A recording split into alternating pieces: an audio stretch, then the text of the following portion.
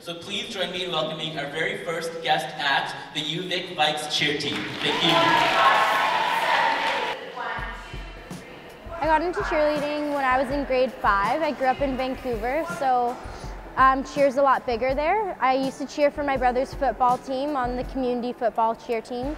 From there I moved to All-Star Cheerleading, where I did 5 years of All-Star Cheer, eventually where I went to Worlds in Florida. And then I graduated high school and came to UVic and joined the team here. I played a lot of sports when I was younger, and I quit all of them for cheer.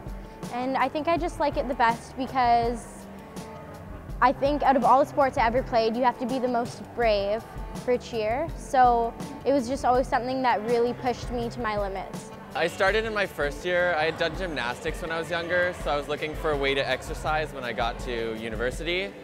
And I decided that cheer would be a good opportunity to see what it's all about. I really like the amount of athleticism that it requires. It's a difficult sport, but a lot of people don't realize that. And you can do so many cool things with people being thrown in the air. It's so exciting.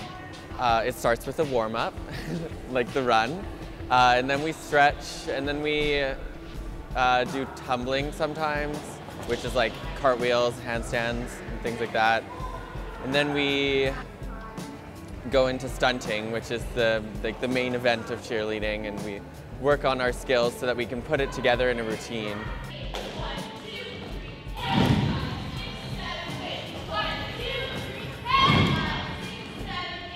People definitely think it's girls running around in skimpy uniforms shaking their pom-poms, which it's absolutely not. And people think it's an easy sport, and it's not easy, and I think people think that because we make it look very easy.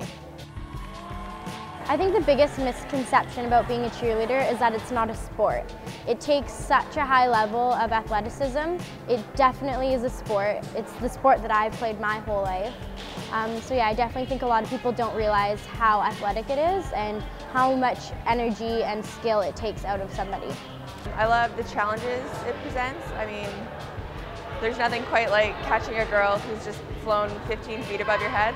I know every team sport you're close with people, but with cheer it's different. It's more of an intimate relationship because you actually have to trust each other with your lives. Like they're throwing you in the air and they're catching me and I have to trust them. So we tend to get really close.